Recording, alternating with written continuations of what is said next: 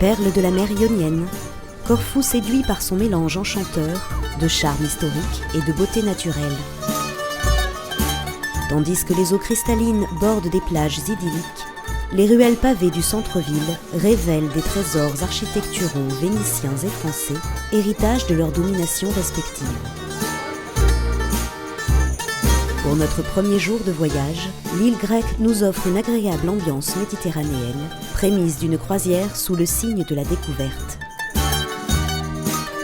Avec ses vestiges antiques, son palais Aquileion et sa douceur de vivre à la grecque, Corfou nous offre une escapade immersive entre culture et détente dans un cadre à couper le souffle.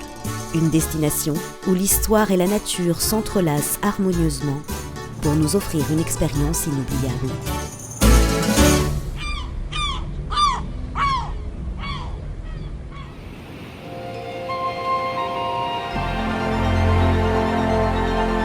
Pour découvrir l'Albanie, Rivage du Monde a sélectionné le petit navire Variety Voyager. Lancé en 2012, le Variety Voyager est un yacht moderne et élancé, conçu pour seulement 72 passagers, parfait pour découvrir cette région de la Méditerranée encore secrète.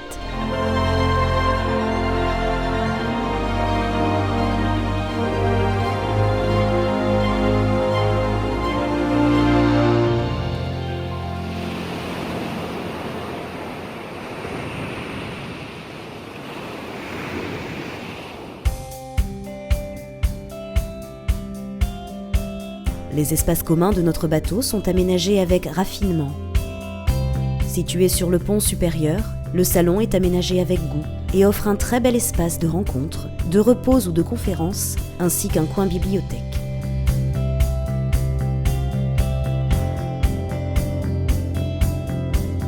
Sur le pont supérieur, l'Ocean Bar and Lounge dispose de fauteuils confortables et élégants, propices à la détente et à la dégustation de cocktails. Le Pont Soleil, équipé de chaises longues, sera le lieu de prédilection pour profiter pleinement des paysages de la côte adriatique.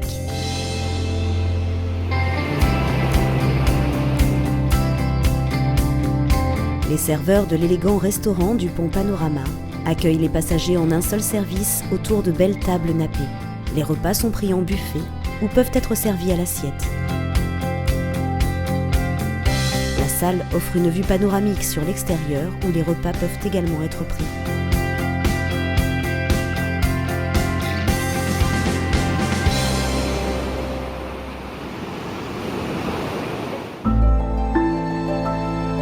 Les 36 cabines de notre yacht sont réparties sur 3 ponts et elles sont toutes extérieures. Chaque cabine est équipée d'une salle d'eau avec douche et toilette. Elles bénéficient toutes de l'air conditionné et toutes sont équipées d'un minibar et d'une télévision à écran plat.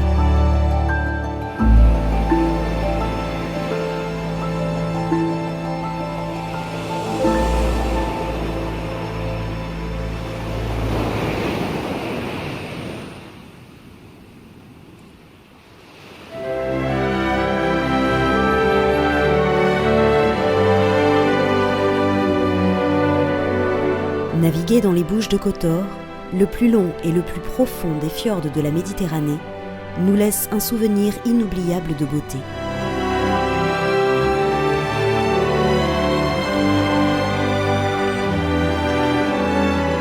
Il n'y a sûrement pas de plus belle manière de découvrir le Monténégro que d'y arriver par la mer. Déjà, ce nom même de Monténégro, la montagne noire, c'est le nom que des marins vénitiens ont donné à cette masse de montagne qui apparaît brusquement au-dessus des flots de l'Adriatique. Monténégro, ça a été traduit dans la langue vernaculaire en Crna Gora, la montagne noire, mais c'est vrai, on comprend bien le sens de cette expression quand on s'approche, comme le fait le bateau, de la Bouche de Kotor, après avoir longé toute cette côte. Cette région de la Bouche est restée vénitienne jusqu'à la chute de la Sérénissime République en 1797.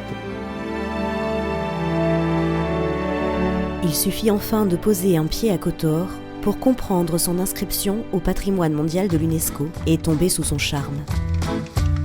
En partie détruite lors du tremblement de terre de 1979, cette ville médiévale, entourée d'une impressionnante muraille de défense, bénéficie d'un patrimoine unique et d'un site incomparable.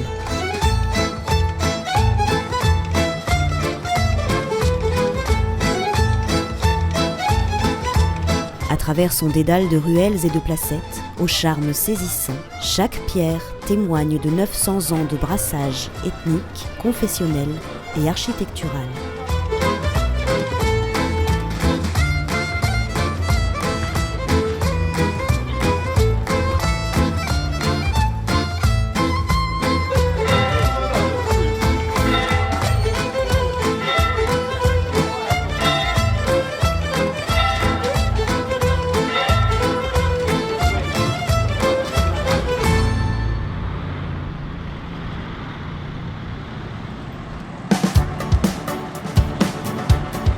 Nichée au cœur des Balkans, Tirana, la capitale albanaise, incarne une fusion fascinante entre passé et modernité.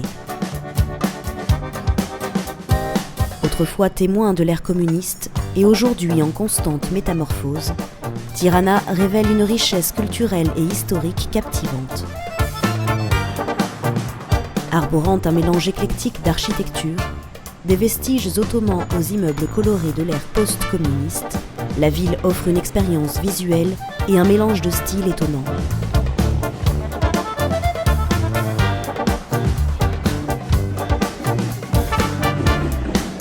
Ces témoins du passé contrastent avec les cafés animés et les galeries d'art modernes qui fleurissent, symbolisant la renaissance artistique et culturelle de la ville.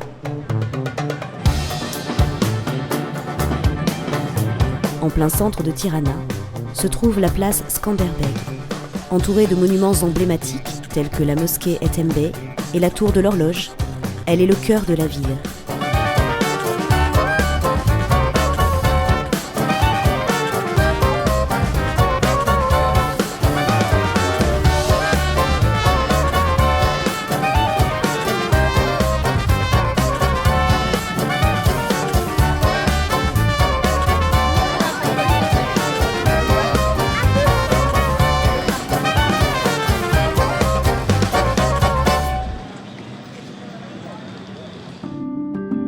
Vestige marquant de l'ère autoritaire en Albanie, le bunker d'Enver Hoxha suscite une réflexion profonde sur une période tumultueuse de l'histoire du pays.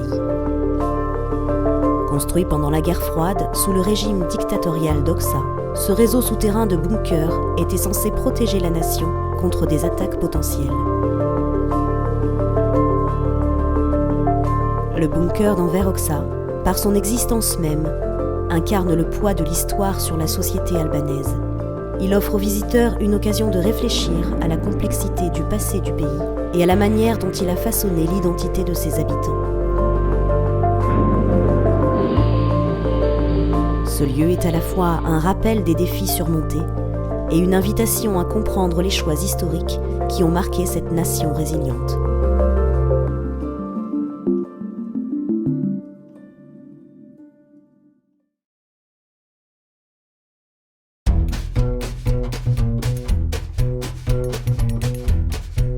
Nichée entre des collines verdoyantes, la vieille ville de Berat dévoile un panorama de maisons en terrasse, aux toits en tuiles rouges, créant une image saisissante. Berat, c'est une ville qui est à la croisée de chemins, de pistes de caravanes, de chemins d'échange et à la croisée de toutes les influences culturelles et notamment religieuses qui marquent l'Albanie. Berat est connu pour sa tradition chrétienne orthodoxe avec un grand et très prestigieux musée des icônes, de très belles églises. En même temps, Berat est aussi niché au pied du mont Tomor, qui est la montagne sacrée des Bektashi, c'est-à-dire de cette voie mystique de l'islam, des derviches Bektashi. Cela montre bien comment cette ville de Berat, au cœur de l'Albanie, je dirais au cœur des Balkans, est en réalité au carrefour, au croisement de très nombreuses routes, de très nombreuses influences culturelles. Mais c'est peut-être ça aussi le destin, la position de l'Albanie, que d'être à la croisée de différents chemins, ceux qui ont toujours traversé la péninsule des Balkans. Dominant la cité, le château de Berat est bien plus qu'une forteresse historique. C'est un gardien du temps, témoin silencieux des siècles d'histoire qui ont façonné cette ville.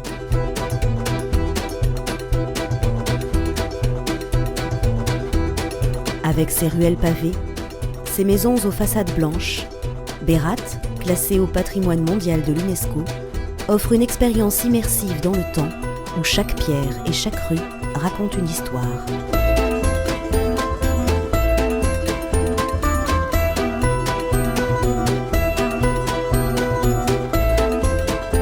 Cette ville, à la croisée des cultures, incarne un charme unique qui en fait une destination incontournable pour tous ceux en quête d'authenticité et de beauté préservée.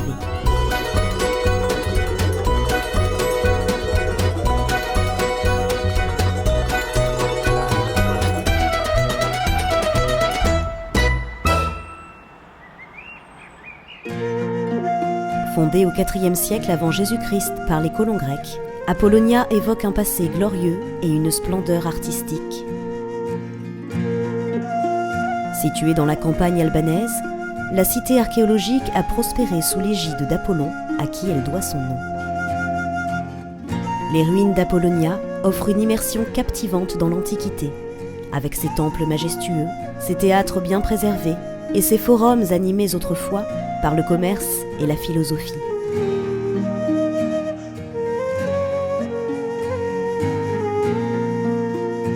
L'amphithéâtre, véritable joyau du site, nous transporte dans une époque où les arts et la culture florissaient.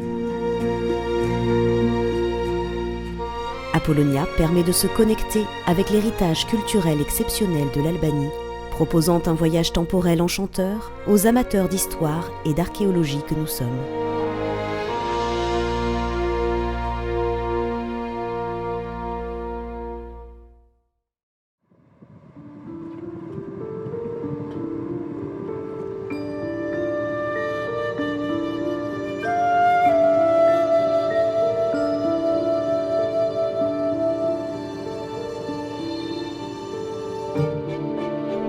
Étendu sur plus de 9400 hectares, le parc national de Butrint se trouve dans un environnement à la beauté exceptionnelle.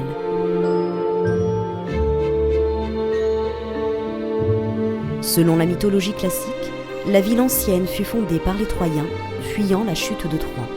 La plupart des monuments visibles aujourd'hui dans la ville antique ont été découverts par une mission archéologique italienne dans les années 30. Butrint offre aujourd'hui un parcours remarquable à travers les différentes époques de l'histoire, dont les débuts remontent au 8e siècle avant Jésus-Christ. La vieille ville et son héritage sont un témoignage unique des cultures et civilisations hellénistiques, romaines, byzantines, vénitiennes et ottomanes.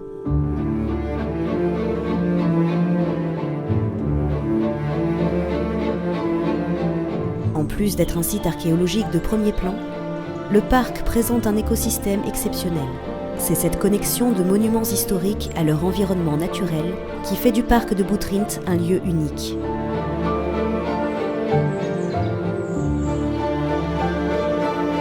Les fouilles réalisées entre 1994 et 1999 ont permis de mettre à jour des villas romaines ainsi qu'une église paléochrétienne datant du VIe siècle après Jésus-Christ.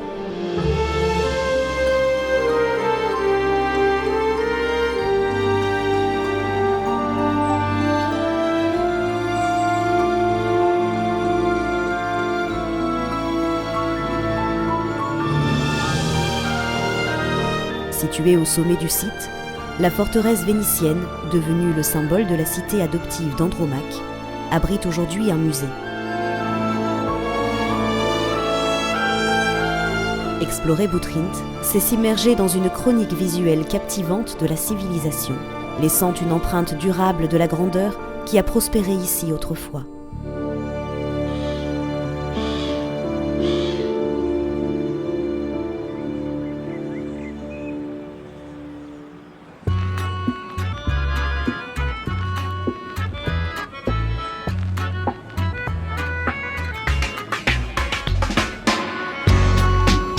Classée au patrimoine mondial de l'UNESCO, la vieille ville de Gjirokastër est caractérisée par le charme préservé de son architecture ottomane.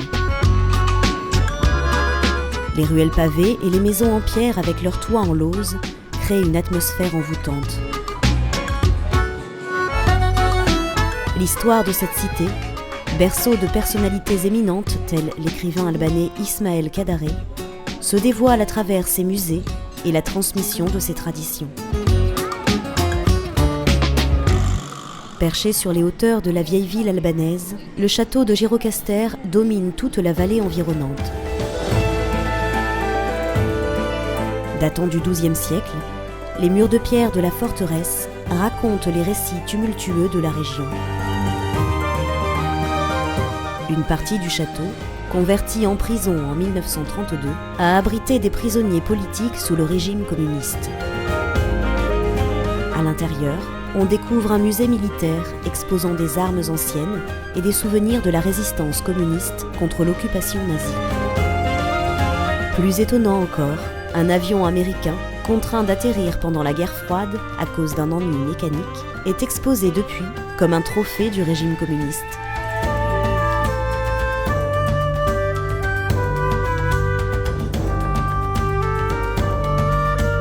L'architecture imposante et les vues panoramiques depuis les remparts ajoutent une dimension spectaculaire à cette forteresse, offrant aux visiteurs une plongée captivante dans le passé de cette cité.